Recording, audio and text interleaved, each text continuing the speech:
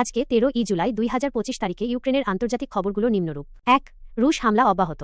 Russia ইউক্রেনের drone, cruise ক্ষেপণাস্ত্র এবং বোমার মাধ্যমে ব্যাপক হামলা চালিয়ে যাচ্ছে। শনিবার 12 জুলাই রাতভর হামলায় অন্তত 6 জন নিহত এবং কয়েক ডজন আহত হয়েছেন। সাম্প্রতিক দিনগুলোতে রাশিয়া ইউক্রেনের বিমান প্রতিরক্ষা ব্যবস্থাকে দুর্বল করার লক্ষ্যে শত শত ড্রোন হামলা চালিয়েছে।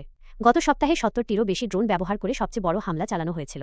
ইউক্রেনীয় কর্মকর্তারা জানিয়েছেন রাশিয়া সাম্প্রতিক দিনগুলোতে 700টিরও বেশি ড্রোন এবং ডিকয় ব্যবহার করেছে, যা যুদ্ধ শুরুর পর থেকে সবচেয়ে বড় হামলা। রাশিয়ার প্রতিরক্ষা মন্ত্রণালয় জানিয়েছে যে তাদের বাহিনী ইউক্রেনের বিমান ঘাঁটিগুলিকে লক্ষ্যবস্তু করেছে এবং সমস্ত নির্ধারিত লক্ষ্যবস্তুতে আঘাত হেনেছে। অন্যদিকে ইউক্রেনও রাশিয়াতে ড্রোন হামলা চালিয়েছে, যার ফলে কর্স্ক সীমান্ত অঞ্চলে 3 জনের মৃত্যু হয়েছে, যার মধ্যে একজন 5 বছর বয়সী শিশুও রয়েছে।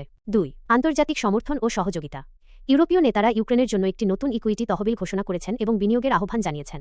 রোমে ইউক্রেনের পুনরুদ্ধারের বিষয়ে চতুর্থ সম্মেলনে 100টি আনুষ্ঠানিক প্রতিনিধি দল এবং 40টি আন্তর্জাতিক সংস্থা ও উন্নয়ন ব্যাংক অংশ নেয়। মার্কিন প্রেসিডেন্ট ডোনাল্ড ট্রাম্প বলেছেন যে যুক্তরাষ্ট্র ন্যাটো মিত্রদের কাছে ইউক্রেনকে দেওয়ার জন্য অস্ত্র বিক্রি করছে। তিনি আরও বলেছেন যে ইউক্রেনকে নিজেকে রক্ষা করতে হবে এবং খুব কঠিন আঘাত পাচ্ছে।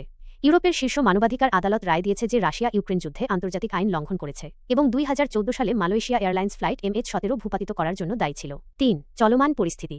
ইউক্রেন তার নিজস্ব আক্রমণাত্মক ড্রোনের ক্ষমতা বাড়িয়েছে, যা রাশিয়ার গভীরে আঘাত হানতে সক্ষম। মার্কিন যুক্তরাষ্ট্রের কিছু অস্ত্র সরবরাহ সাময়িকভাবে বন্ধ করার পরে ইউক্রেন ইউরোপীয় মিত্রদের দিকে ঝুঁকছে। ইউক্রেনের রাষ্ট্রপতি জেলেন্সকি আরও বিমান প্রতিরক্ষা ব্যবস্থা সরবরাহ এবং ইন্টারসেপ্টর ড্রোনে বিনিয়োগের জন্য মিত্রদের প্রতি আহ্বান জানিয়েছেন। এই তথ্যগুলো গত কয়েকদিনের সংবাদের ভিত্তিতে তৈরি করা হয়েছে, কারণ আজকের অর্থাৎ 13 জুলাই এর সুনির্দিষ্ট আন্তর্জাতিক খবর এখন পর্যন্ত সম্পূর্ণরূপে প্রকাশিত হয়নি।